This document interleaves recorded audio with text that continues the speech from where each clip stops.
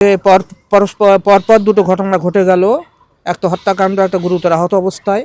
এই ঘটনার যদি সুষ্ঠু তদন্ত না হয় তাহলে এবং সঠিক তদন্ত করে সত্য উদ্ঘাটন না করা হয়, অপরাধীদের যদি আইনের আওতায় না আনা হয়, তাহলে এই এলাকায় ব্যবসায়ীদের মধ্যে রাজ্যে আতঙ্ক ছড়িয়ে পড়েছে এবং সামাজিক অস্থিরতা দেখা দেবে।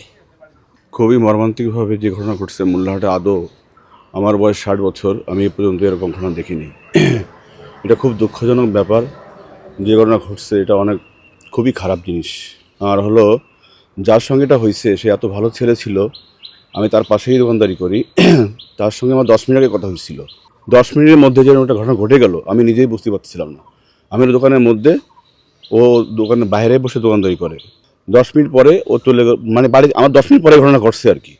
পরে যে শুনি হাসপাতাল থেকে ফোন দিচ্ছি আমি, সিদ্দিকে আমার বলতেছি যে নাই, সে মারা গেছে। তা শোনার পরে আমি তো আর ওখানে স্থির থাকতে পারিনি, মানে আমার শরীর থেকে আমি ডাবে যাচ্ছি জায়গায়। আমার কাছে এরকম মনে হলো। আর মোল্লাহাটে এ ধরনের ঘটনা, আমরা শান্তিপূর্ণভাবে মোল্লাহাট বাজারে আসলে ব্যবসা বাণিজ্য করি। আমি দীর্ঘ 23 বছর ওখানে দোকানদারি করি, 23 বছর।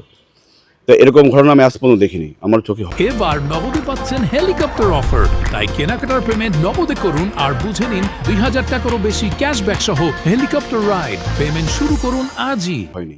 আমাদের পাশের দোকান সোহাগ ভাই, আমরা রাত 10:15টার দিক, 10টার একটু বেশি বাজে একসাথে আমরা দোকান বন্ধ করছি। ওনারটা বন্ধ করছি, আমারটা বন্ধ করছি।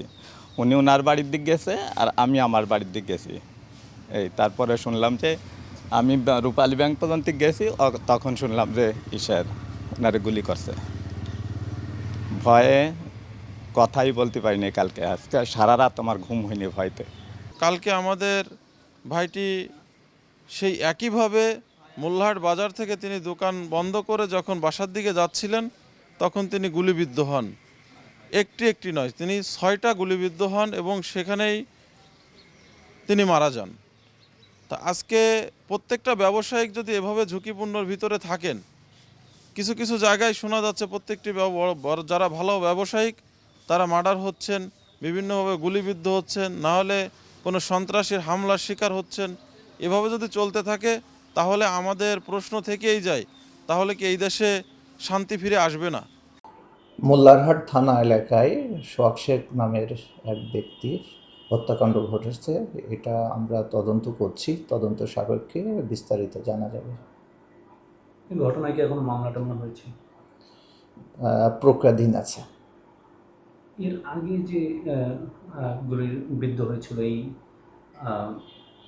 যে মারা গেছে তার দোকানের কর্মচারী, ওই ঘটনায় কি কোনো মামলা বা কেউ আটক বা ওই ঘটনার কোনো আপডেট আছে কি? এটা পুলিশ কাজ করছে, এটা তদন্তের সাপেক্ষের বিষয়, তদন্ত করে বিস্তারিত জানা যাবে।